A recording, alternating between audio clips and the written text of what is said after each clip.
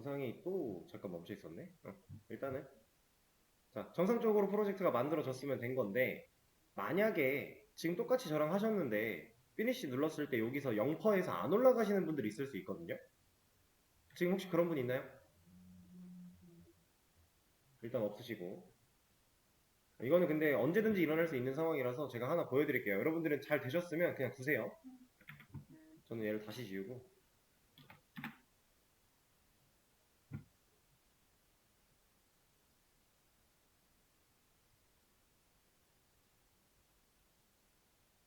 되네. 그럼 그냥 말씀을 드리죠. 이게 하려고 하는데 이 하단에 0%가 멈춰가지고 아예 프로젝트가 안 만들어지는 상황이 생길 때가 있어요. 그럴 땐 어떻게 해야 되냐면, 이것도 롬복 때문이거든요. 자, 이 상태에서 이게 우리가 이렇게 세 개를 선택해서 피니쉬를 하면 0%에서 안 돌아가는 건데, 그런 상황이 만약에 벌어졌다 그러면 롬복을 빼세요. 얘를 빼요. 두 개만 하고 그 다음에 피니쉬를 합니다. 그럼 일단 프로젝트가 당연히 만들어질 거예요. 이게 안 되진 않아요. 그럼 이 상태에서 우린 롬복을 써야 되는데 롬복을 뺐으니까 롬복을 따로 넣어줘야 되잖아요.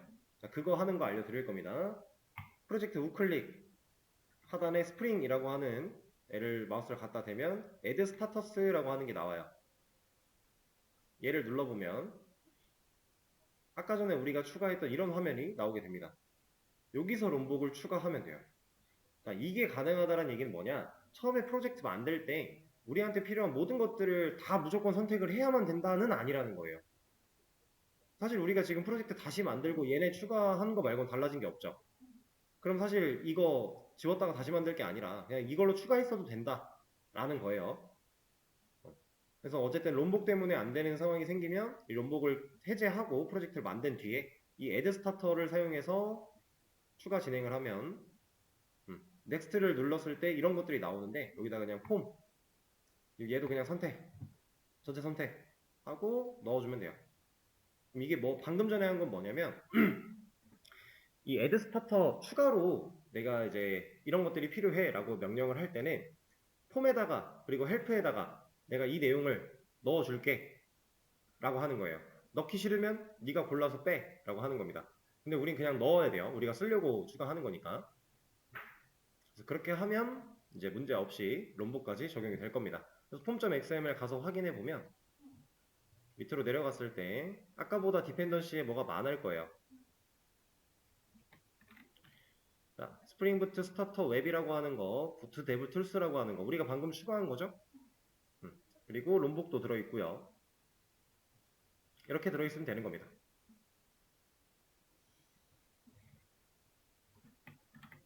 자, 그리고 여기 문제 또 생겼을 겁니다. 아마 이거는 그냥 해결하죠.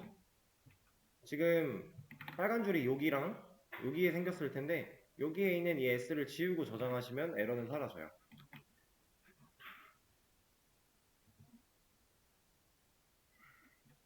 문제 없죠 이제? 만약에 그냥 애초에 문제가 없었다면 그냥 두셔도 상관없는 거고. 그럼 다시 클래스 만들러 가볼게요.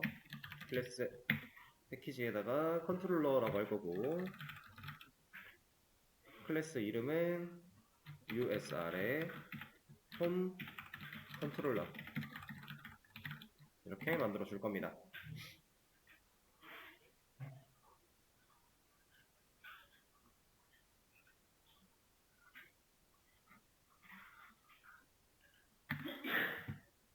자, 피니시. 그러면 우리가 알고 있는 그냥 클래스 하나가 생성이 되었죠. 자, 이제 이 친구를 가지고서 브라우저에 띄우는 작업 해볼 거예요. 자, 일단은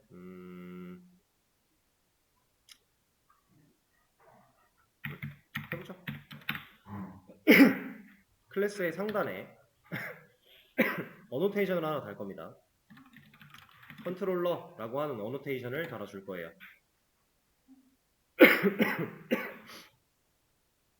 자동 완성을 사용해야 우리가 알아서 디폴트까지 해줄 거니까 자동 완성을 사용해 주시고요.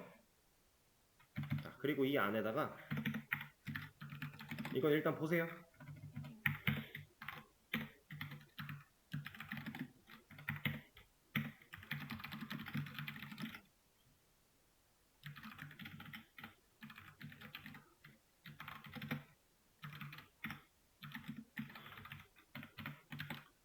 자, 제가 뭐 하나를 좀 만들었어요. 일단 이만큼은 우리가 알고 있는 클래스 안에 존재하는 메서드일 뿐이에요. 그죠? 리턴 타입은 스트링이니까. 그래서 리턴을 일단 널로 하고 있는 상태. 자, 그 상태인데 위에 있는 이 어노테이션 두 개를 한번 볼게요. 리퀘스트 매핑 무슨 의미겠어요? 네, 요청에 대한 매핑. 우리가 URL 매핑이라고 해서 웹 서블릿이라고 하는 데에다가 괄호 열고 붙여줬던 경로 있죠. 그런 걸 여기 괄호 안에 넣어주면 됩니다. 얘가 그러면 그 매핑 주소를 따라서 얘가 일을 하겠다라고 할 거예요. 그럼 밑에 있는 리스폰스 바디 얘는요? 네, 맞아요. 바디가 이제 그 메서드의 바디 컨텐츠 부분이잖아요. 구현부 부분. 우리 여러분들 추상 클래스에 대해서 자바에서 배우셨을 때 얘가 없으면 이런 얘는 이제 뭐 바디가 필요하다 세미콜론 대신에 이런 얘기 하잖아요. 그렇죠? 그 말인즉슨 이 메서드의 바디로 응답할 거야 라는 뜻입니다. 그러니까 이 메서드가 직접 화면을 그리겠다 라는 뜻이에요. 자, 서블릿 우리가 해봤으니까 서블릿 가지고 비유를 해보자면 response.getWriter.append로 화면을 그리는 방식이 이거예요. response body 메서드에다가 이거 붙이는 거. 그럼 이제 이 메서드가 여기에 적혀있는 이 소괄호에 적혀있는 URL 매핑 따라서 요청을 받아들일 거고 그 요청에 대한 응답을 얘가 직접 그릴 거야 라는 의미예요. 자, 요청을 이렇게 한번 넣어 볼게요.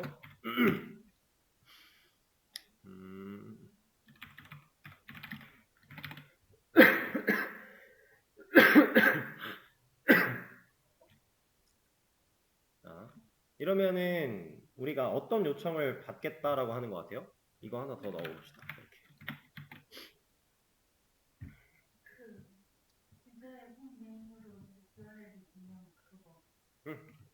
근데 그 전에 일단 IP에 대한 내용, 그리고 포트에 대한 내용, 그리고 컨텍스트 패스에 대한 내용.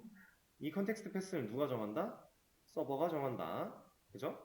그리고 그 뒤에 오는 USR, 홈, 메인 이렇게 들어왔을 때 해당 요청에 대한 일 처리를 이 친구가 빨아들여 올 것이다. 우리가 웹 서블릿에 지웠으니까 지우지 말 걸 그랬네요.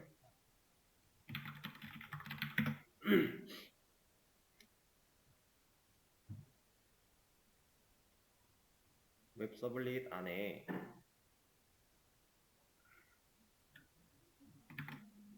이거랑 같은 역할이다. 이런 느낌이에요. 근데 지금 서블릿 사용할 때 이 방식과 현재 스프링부트에서 사용하고 있는 이 방식의 가장 큰 차이가 뭘까요?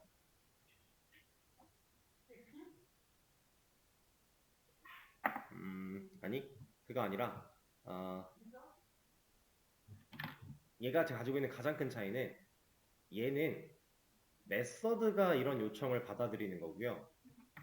얘는 클래스가 이런 요청을 받아들이는 거예요.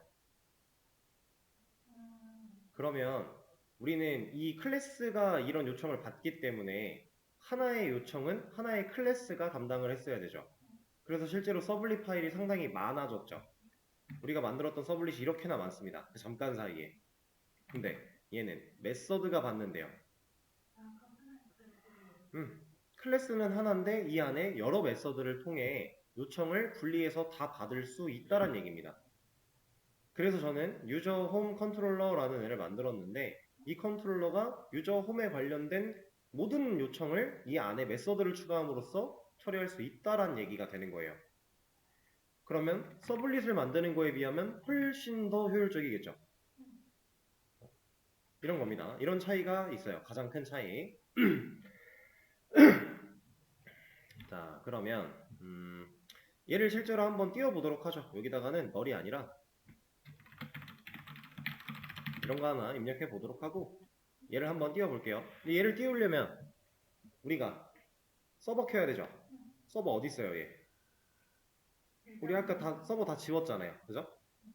얘는 이제 스프링 부트 프로젝트부터는 내장되어 있는 톰캣을 사용할 거라고 예고를 드린 적이 있었는데 지금 내장되어 있는 톰캣 어디 있어요? 안 보이죠? 자, 이 친구는 윈도우 쇼뷰 아더에 가서 부트 대시보드 부트 대시라고 치면 나옵니다. 얘는 그 이전까지 우리가 사용하던 서버라는 탭 가지고는 확인이 안 돼요. 걔는 외부에서 불러온 톰캣을 설치하는 공간이라서 안 되고요. 부트 대시보드라고 하는 얘를 오픈을 해버리면 저는 여기 와서 생겼네요. 얘 자리가 원래 여기긴 해요. 지금 보면 로컬이라고 하는 애가 이미 하나 들어있고요. 얘를 열어봤을 때 데모라고 하는 애가 있네요. 우리는 서버를 따로 만든 적이 없지만 얘는 내장 톰캣을 가지고 있는 프로젝트 형식이라서 이 데모에 대한 얘를 구동하기 위한 웹서버가 알아서 이렇게 잡혀 있는 겁니다. 그래서 우리는 이 서버를 켜고 끄고 하면서 작업을 할 거예요. 클릭, 재생 버튼 누르면 시작이 됩니다. 근데 아마 당연히 뭐라고 할 거예요. 얘가 뭐라고 하는 내용은 뭐예요? 그쵸? 8080 포트가 이미 사용 중이다. 얘도 기본 포트를 8080으로 잡고 있는데 우리 8080 이미 쓰고 있다. 너 안 돼. 이거 못 써. 그럼 우리가 할 수 있는 방식은 두 가지죠. 첫 번째는 뭐겠어요? 8080 사용되고 있는 걸 죽여놓고 쓴다. 이게 첫 번째. 두 번째는 8080을 쓰지 않겠다. 난 8081이나 8082 같은 거 쓰겠다. 라고 갈아버리면 되겠죠. 근데 우리 JSP 아티클 매니저 할 때는 그 서버에 대한 포트 설정을 어디서 했어요? 그쵸, 여기 서버 있는 거 더블 클릭해서 나오는 거 가지고 했는데 얘 더블 클릭하면 아무것도 안 나옵니다. 그럼 이 설정을 어디서 해야 될까요? 자, 얘는 프로젝트가 생성될 때 내장되어 있는 톰캣이에요. 근데 우리가 아까 프로젝트에 대한 모든 설정을 반영할 파일 하나를 배우고 내려왔죠? 리소스 안에 있는 application.properties 이 친구 가지고 서버 설정하면 됩니다. 포트 변경, 컨텍스트 패스 변경 이거 가지고 다 알 수 있어요. 자,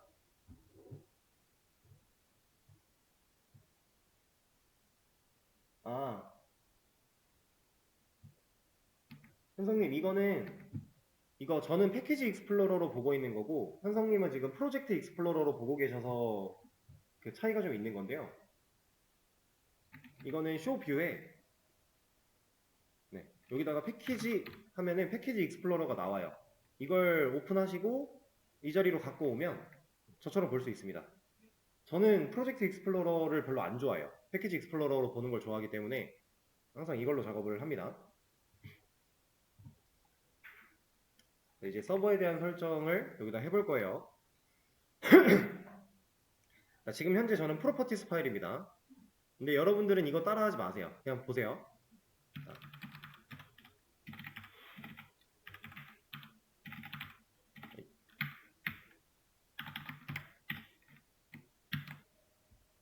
자, 서버.포트는 8081 이런 식으로 제가 설정을 하나 입력을 했는데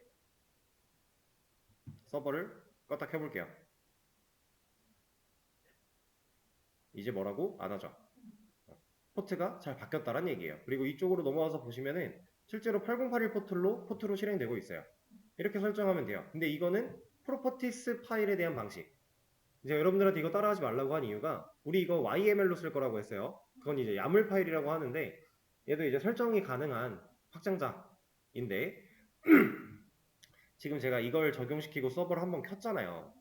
그리고 끈 다음에 이제 얘를 야물로 바꾸고 야물에 맞는 설정을 입력을 해요. 그리고 서버를 키면 얘가 인식을 못해요. 서버를 한 번이라도 키고 나면 그 다음부터 인식을 안 해주더라고요. 그래서 저는 그럴 때마다 프로젝트를 다시 만들어야 돼요. 안 그러면 야물로 인식을 못하니까. 그래서 여러분들한테 이거 하지 말라 그런 거예요. 어차피 우린 야물로 갈 거니까. 이런 식으로 그냥 포트 간단하게 바꿀 수 있다. 그리고 야물도 보여는 드릴게요 일단.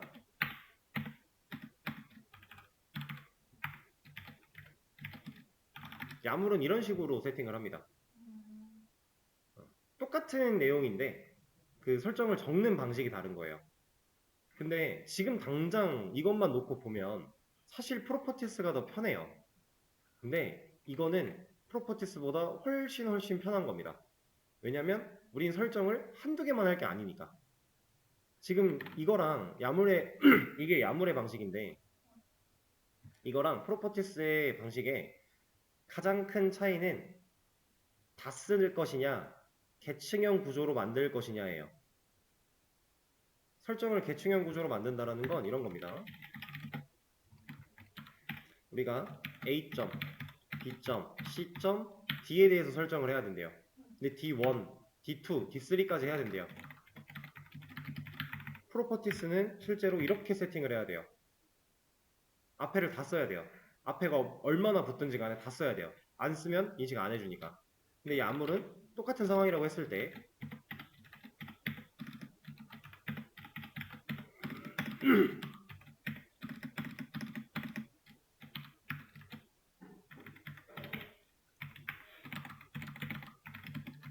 이렇게 쓸 수 있어요. 얘는 계층형 구조로 쌓아 내려왔으니까. 단순히 타이핑을 덜 해도 된다는 이점도 있지만 우리가 언어라고 하는 걸 다루다 보면 상당히 중요한 요소 중에 하나가 가독성이었어요. 이 설정 또한 가독성이 중요합니다. 프로퍼티스로 많은 설정을 다 쌓아놓는 것보다 얘가 가독성이 좋을 수밖에 없다. 쌓이면 깔끔해진다 라는 개념이에요. 그래서 우리는 이 방식을 쓰지 않고 얘를 쓸 거야 라고 하는 거고, 만약에 이걸 원하신다 그러면 설정할 때 사용하는 문구가 저랑 조금은 다를 수 있어요. 구글링 하시면 나올 거예요. 그거 그냥 하시면 돼요.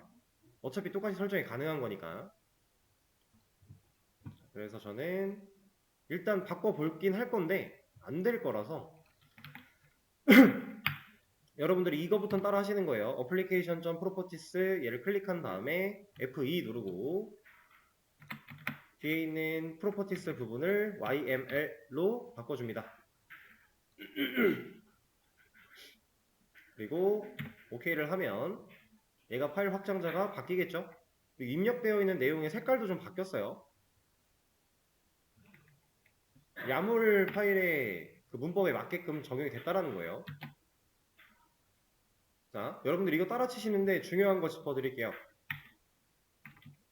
이거 처음 시작하는 얘는 당연히 공백 앞에 없어야 됩니다. 여기에 딱 붙어 있어야 돼요, 이쪽에. 그리고 두 번째 시작하는 얘 들여쓰기 개념이죠. 이거 탭으로 하세요, 탭으로. 원탭. 멘트들이 왜 이렇게 길어? 이거 여러분들은 아마 탭을 누르면 두 칸만 딱 띄어쓰기가 될 거예요. 저처럼 이렇게 길게 안 갈 겁니다. 전 지금 여기로 왔거든요. 여러분들은 여기가 아니라 여기다가 탭이 완성이 될 거예요. 안 그래요? 저처럼 길게 가요? 왜지? 그러면 띄어쓰기 두 칸으로 하세요. 그리고 이 콜론 여기다가 띄어쓰기 하는 거 아니에요. 여기 띄어쓰기 안 하고 여기도 안 해요. 근데 여기는 띄어쓰기를 해야 돼요. 여기 띄어쓰기 없으면 이거 뭐라고 합니다. 이렇게 여기는 띄어쓰기를 꼭 해야 되고, 그리고 세미콜론 같은 거 없어요. 얘는 그냥 저장. 그리고 나서 재생을 시켜보세요. 저는 아마 안 될 건데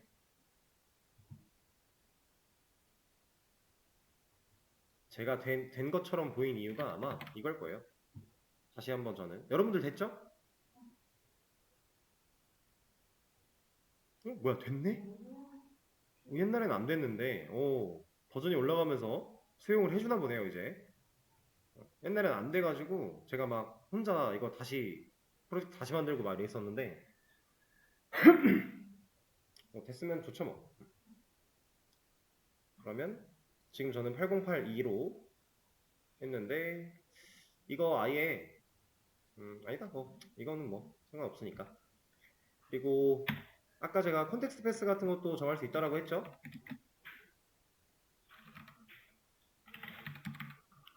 여기 보면은 컨텍스트 패스라고 하는 이런 것들도 있어요. 이거 안 할 건데 안 하면은 원래 우리 JSP 아티클 매니저 할 때는 패스 설정 따로 안 건드리면 프로젝트 이름이 들어가 있었죠. 근데 얘는 기본으로 그냥 루트를 줘요. 루트를 준다라는 건 그냥 이걸로 돼 있다라는 거예요. 그래서 그냥 딱히 안 건드리면 우리가 지금 서버 켜졌으니까 얘 한번 띄워볼게요. 아이고. 아니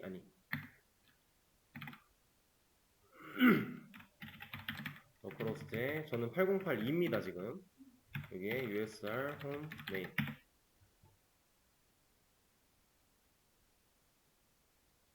이렇게 그냥 안녕하세요가 나온다라는 거죠. 제가 USR home main이 제가 여기다 걸어놓은 URL 매핑 주소니까 이 매핑 주소로 들어오는 거예요. 여기 보면 데모라고 하는 프로젝트 이름 같은 거 안 들어가 있죠, 이쪽에. 기본 제공 루트. 근데 우리 이제부터 이 루트 그냥 쓸 거예요. 그래서 그냥 둬도 돼요. 패스 설정 따로 안 해도 돼요. 그리고 이제 어느 정도 어떤 식으로 활용해야 되는지를 알려드리고 나면 사실 내가 하고 싶은 설정이 있다면 구글링 해보면 나옵니다. 그거 가져다가 설정해보고 바꾸시면 돼요. 그래서 일단 이렇게. 자, 그리고 계속 얘가 지금 일을 열심히 하고 있었는데 제가 얘를 수정을 하고 저장을 누르면 금방 바뀌어요. 이게 서버 리로드 한 거거든요. 근데 당연히 바뀌었죠. 이거는 사실 JSP 아티클 매니저 때도 동일했던 상황인데 차이점이 있다면 우리가 서블릿을 없던 서블릿을 만들어내면 그때는 무조건 서버를 껐다 켰어야 돼요. 얘는 그런 것도 안 해도 돼요. 알아서 다 잡아줍니다. 그냥 리로드만 되면 돼요. 그리고 이 리로드가 되는 속도가 빨라요.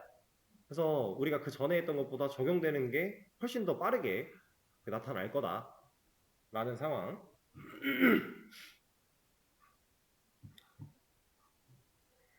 자, 이게 이제 기본적인 구조입니다. 근데 이것도 좀 말씀을 드릴까요?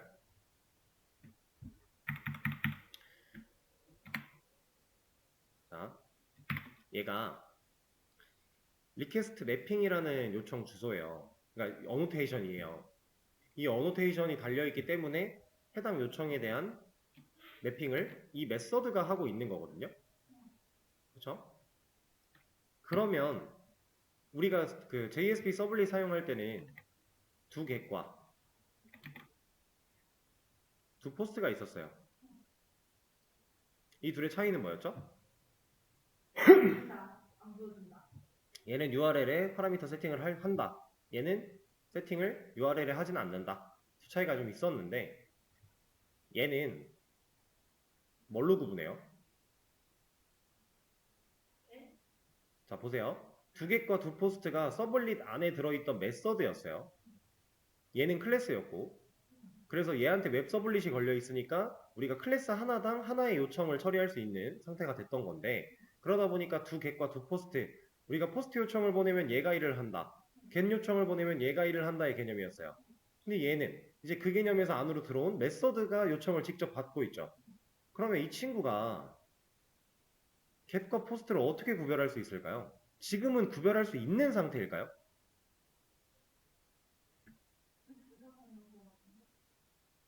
얘는 우리가 리퀘스트 매핑이라는 어노테이션을 쓰면 게시든 포스트든 신경 쓰지 않고 요청을 다 받아요. 그냥 이것만 맞으면 그냥 무조건 받아요.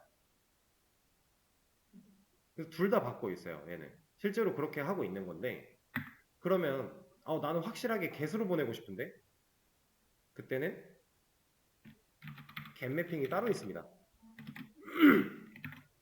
이렇게 get 매핑이 따로 있다라는 건 포스트 매핑도 따로 있다라는 얘기예요. 이렇게.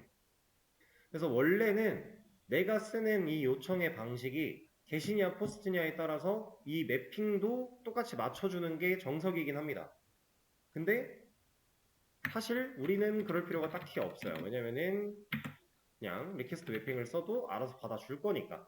근데 이런 것들이 어떻게 보면은 제약사항을 우리가 좀 풀어놓고 가는 거거든요. 꼼꼼하지 않게. 그래서 원래 실제로 개발할 때는 이런 걸 그렇게 지향하진 않아요. 하지 말라고 해요. 웬만하면. 그래서 이제 이 스프링부트 안에서도 이 STS 툴 안에서도 좀 까다롭게 사사건건 얘기를 해주는 기능을 켜면은 이거 가지고 뭐라 해요. 에러까지는 아니지만 경고 정도를 보여줍니다. 그래서 너 이거 이렇게 받으면 좀 그래. 확실하게 하나 골라서 받아 라고 뭐라 합니다. 그런 것도 좀 있어요. 그리고 이것도 좀 알고 가죠. 우리가 클래스 위에다가 이제 컨트롤러라고 하는 어노테이션을 달았어요. 얘가 무슨 역할을 할까요?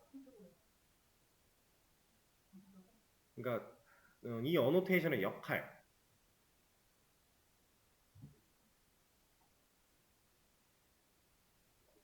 이 어노테이션이 가지고 있는 역할, 아무 이유 없이 붙이진 않았을 거 아니에요.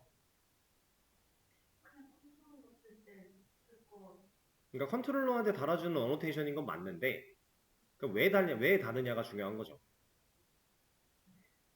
자, 스프링부터는 사실 이런 어노테이션을 사용해서 개발자가 설정하지 않아도 좀 쉽게 알아서 해주는 것들이 좀 많다 그랬죠. 스프링부트는 스프링보다 더 많은 것들을 설정해 줄 것이다 라고 했고, 자, 여기에 달려있는 이 컨트롤러라고 하는 어노테이션은 얘가 달리면, 이게 달려 있으면 이 클래스는 우리 프로젝트 내에서 때려 죽어도 컨트롤러 역할을 할 수밖에 없는 애가 돼요.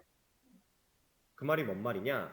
우리가 컨트롤러 이름을 USR 홈 컨트롤러라고 지어놨으니까 얘가 컨트롤러 역할을 한다가 아니라는 거예요.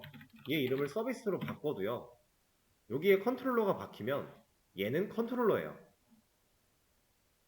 우리가 목적에 맞게 이름을 지어줄 뿐인 거지 이 이름이 가지고 있는 힘은 없어요. 중요한 건 이런 어노테이션입니다. 얘는 컨트롤러의 역할을 수행하게끔 세팅이 된 애예요. 이걸 달자마자.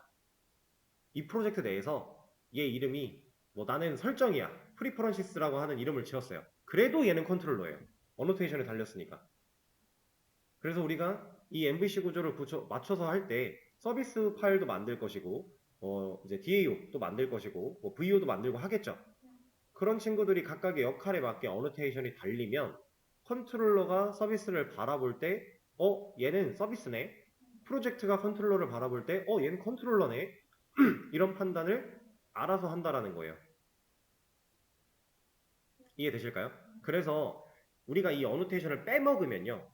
우리가 원하는 그 역할군의 것들을 넘겨주지 못해요. 인식을 못하니까. 그러니까 이게 사용법인 거죠.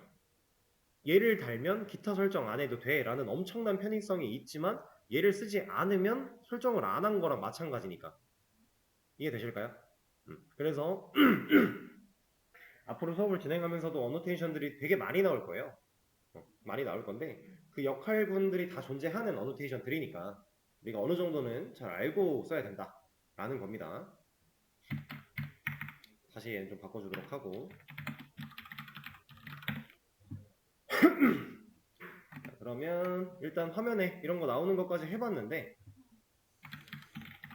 이거 한번 해보시죠. 요청 주소는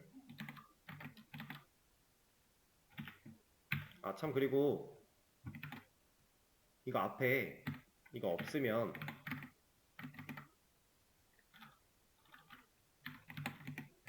잘 되나 볼게요. 여기서 문제가 없구나. 이게 없으면 안 될 수도 있어요. 여기 앞에 있는 슬래시가 그러니까 이론상으로는 이런 거거든요. 뭐냐면 자, 우리가 IP가 있고 이거 메모장이 나겠다. IP가 있고 뒤에 포트 이렇게 적고 그리고 나서 이제 여기다가 컨텍스트 패스 적고 그 다음에 내가 원하는 URL 이렇게 입력을 하는 거잖아요. 근데 여기까지는 서버 설정에서 나오는 거니까 내가 원하는 URL은 여기다 라고 봐야 돼요. 그래서 원래는 이 슬래시가 당연히 붙어야 되는 게 맞는데 지금 된 이유는 이런 겁니다. 컨텍스트 패스 자체가 뭘로 돼 있다고요? 네, 루트로 돼 있죠. 그러면 여기까지 돼 있는 거예요. 그래서 내가 원하는 URL에 그 슬래시가 없어도 얘가 인식을 잘 해주는데 만약에 패스가 존재했대요. 여기에 그러니까 IP랑 포트까지 입력을 하면 여기서 멈추는 거고요. 그 다음 슬래시를 붙인 다음에 컨텍스트 패스가 왔대요. 예를 들어 이렇게 왔어요. 내가 이걸 붙여놨어요. 그럼 패스를 이렇게 적거든요. 이렇게 그 뒤에 이거부터 오면 만약에 내가 원하는 URL이 이거였다. 그럼 여기 와서 이렇게 붙는 거예요. 그래서 이때는 얘가 없어지면 안 됩니다. 근데 지금은 이게 됐던 이유가 이 애초에 컨텍스트 패스가 루트로 지정이 되어 있어요. 그럼 포트 뒤에 여기까지 붙은 거예요. 그러니까 얘가 여기서 붙어도 문제가 없는 거죠. 그러니까 개념은 이래요. 그래서 웬만하면 여러분들이 이걸 안 빼먹는 게 중요해요.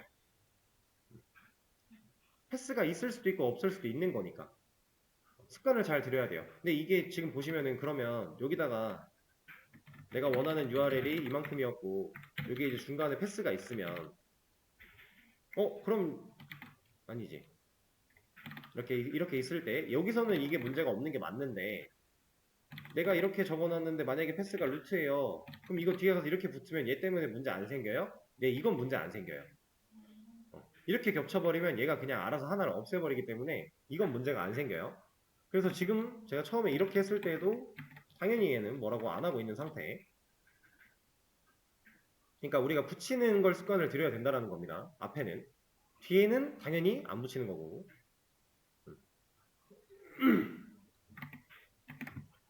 자, 그러면 진짜 문제를 하나 내도록 할게요.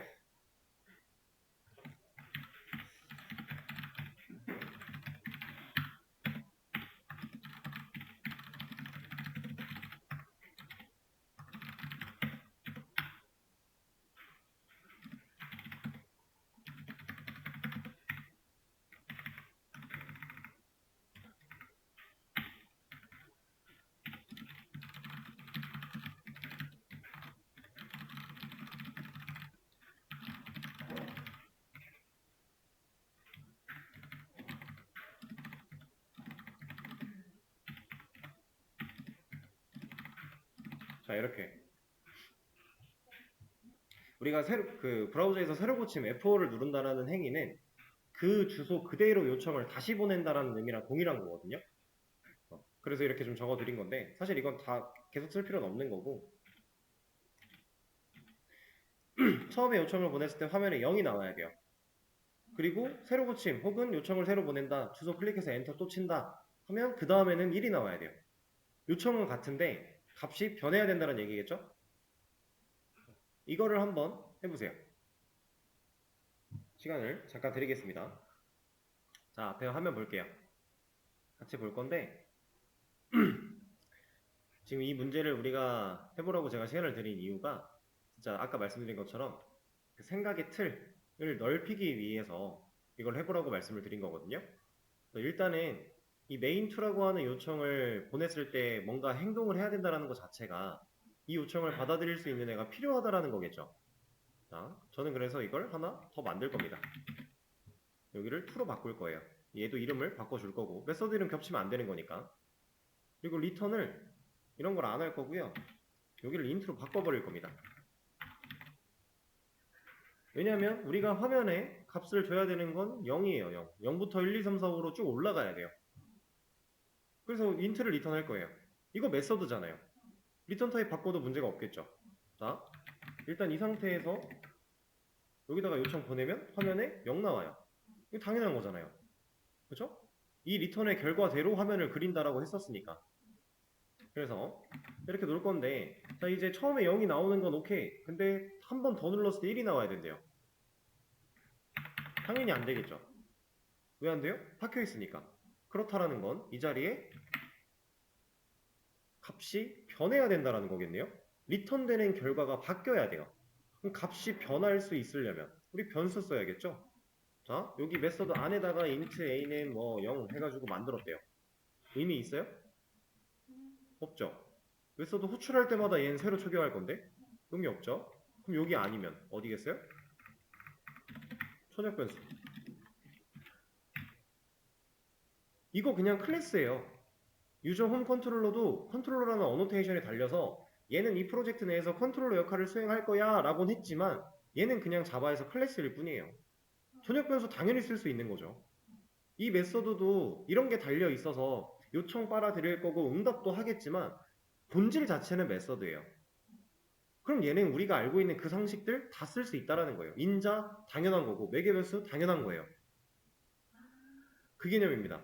그래서 제가 말씀드렸던 이 생각의 틀을 벗어나야 된다라고 한 게 이런 거예요. 얘가 특별할 거라고 생각해서 이런 걸 못 쓰겠지가 아니라 얘는 클래스일 뿐이잖아. 그럼 자바에서 사용했던 거 다 되겠지라고 생각을 해야 돼요. 그래서 전역 변수를 하나 만들 거고요. 저는 생성자도 만들어 버릴 겁니다. 여기다가 바로 초기화해도 상관없겠지만 우리 이런 거 안 하기로 했잖아요. 그래서 생성자 하나 만들 거예요. 자, 이 생성자 안에서 dis.a 에다가 0을 일단 넣어 놓을게요. this의 개념도 당연히 되는 거죠. 이거 그냥 클래스일 뿐이니까. 스태틱 변수 아니니까 this 쓸 수 있잖아요. 그죠? 그런 개념인 거고. 자, 그러면 이제 이 a를 활용해서 얘 값을 변화시킬 건데, 자, a를 증가시키고 a를 리턴한다면 오케이는 아니죠. 자, 지금 서버가 리로드 될 때마다 얘는 초기화가 된 거라서 이 요청 처음 보냈다라고 가정이 되는 거거든요. 요청을 딱 보내면 1부터 시작해요. 자, 조금이라도 변화가 생겨서 저장을 하면 얘는 또 돌아요. 그러면 다시 1부터 시작해요. 새로 고침하면 1부터 2씩 올라갈 거예요. 1씩. 이렇게. 근데 우리가 원한 건 0부터죠. 그럼 이제 그것만 고민하면 되는 거였어요. 0부터. 어떻게? 리턴 밑에다가 의미가 없는 코드 아닌가요? 리턴 만나면 메서드 끝나니까 말이 안 되는 거죠. 그러면 자, 여기서는 뭐 사실 이게 중요한 건 아니긴 하지만 여러분들 이거 한번 보세요. 제가 이렇게 써놨던 코드를 이걸로 바꿨죠. 똑같은 얘기 하는 것 같죠? 근데 똑같지 않아요, 얘는. 얘는 후이 연산이잖아요. 이제 후이 연산과 전이 연산에 대해서 여러분들이 간단하게 알고 계시면 좋은 건데, 얘는 후이 연산자예요. 후이 연산자라는 건 뭐냐? 지금 이게 이 연산자가 나온 이 코드 한 줄 있죠. 연산자가 발생한 이 시점에 이 코드 한 줄이 실행이 완료되고 나서 연산을 해요. 그래서 후이 연산이에요. 그렇다라는 건 A라는 애를 리턴을 먼저 하고 나서 연산을 했다는 얘기가 돼요. 그래서 얘는 처음 돌리면 0이 나오는 거고 그 다음에 1, 2, 3, 4 이렇게 올라가는 거예요. 그럼 후이 연산이랑 또 다른 개념이었던 전위 연산, 이 친구는 이 한 줄의 코드가 실행되기 전에 얘가 끝나기 전에 연산을 먼저 해요. 그럼 리턴을 하기 전에 연산이 됐다는 얘기예요. 그러면 1부터 나온다는 얘기죠.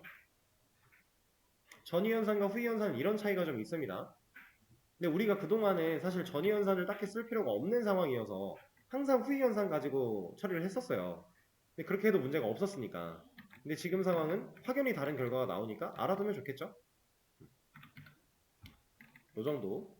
그래서 사실 이걸 생각하는 것보다 중요한 건 전역 변수 당연히 된다의 개념과 생성자 같은 거 당연하다는 개념과 메소드를 또 만들어내는 이 개념. 생각의 틀을 벗어나야 된다라는 거예요. 얘가 특별한 애는 맞지만 그렇다고 자바 클래스인데 자바 클래스 안에서 할 수 있었던 걸 못한다가 절대 아니라는 거. 이해되시죠? 얘는 그냥 메서드일 뿐인 거고 얘는 그냥 클래스일 뿐인 거고 근데 그냥 클래스지만 역할을 가지고 있는 클래스일 뿐인 거고 얘도 그냥 메서드랑 똑같지만 역할을 가지고 있는 메서드일 뿐인 거고 근데 그 역할 때문에 쓸 수 있는 걸 못 쓴다? 이런 게 아니라는 거고 이해되시죠? 이런 개념입니다. 이제 인트가 된다는 얘기는 이런 것도 당연히 되지 않을까요? 그죠? 나오죠. 자, 근데 여기서 한 가지를 더 아셔야 돼요. 이것까지만 하고 쉬는 시간 가질게요. 지금 우리가 이 showMain2라고 하는 메서드, 해당 요청을 받아들여서 일 처리를 한 이 메서드가 1.5라는 리턴 값을 남겼어요. 그 1.5라는 리턴 값 결과가 화면에 그려졌죠. 자, 여기에서 이 리턴되는 이 숫자, 이 값은 데이터 타입이 뭐예요? 실수죠, 실수. 화면에 나타난 이 친구의 데이터 타입은 뭐예요? 얘는 텍스트예요.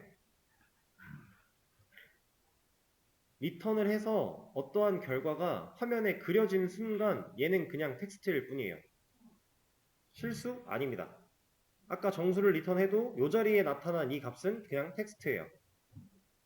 우리가 이런 거 했었죠. set content type 하면서 텍스트는 HTML이야 했었죠. 다 텍스트예요. 다 텍스트입니다. 화면에 그려진 순간 얘는 그냥 텍스트일 뿐 데이터 타입을 가지지 않아요. 이건 그냥 하나 알아두시면 좋은 거고 물론 이런 거예요. 여기다가 연산을 합니다. 이런 거 해요. 여기에 뭐 그려져요? 5.0 그려지겠죠? 자, 이 연산을 하고 나서 리턴을 했잖아요. 여기까지는 당연히 실수가 맞는 거예요. 연산이 가능한 걸 보니. 연산을 하고 리턴을 때리고 화면에 그려진 순간 얘는 텍스트다 라는 개념. 이것까지만 알아두시면 일단 좋습니다. 또 쉬는 시간을 좀 가졌다가 다음 시간에 다른 내용 또 이어서 가보도록 하죠.